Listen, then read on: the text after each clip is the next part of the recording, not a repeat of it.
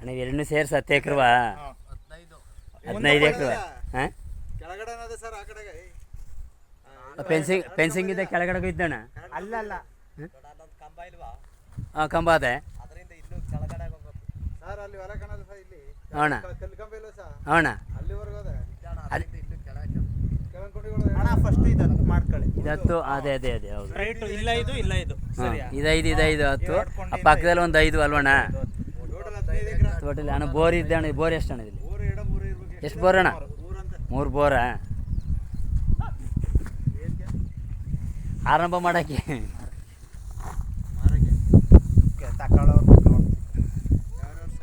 ಅಣ್ಣ ನಮ್ದು 100.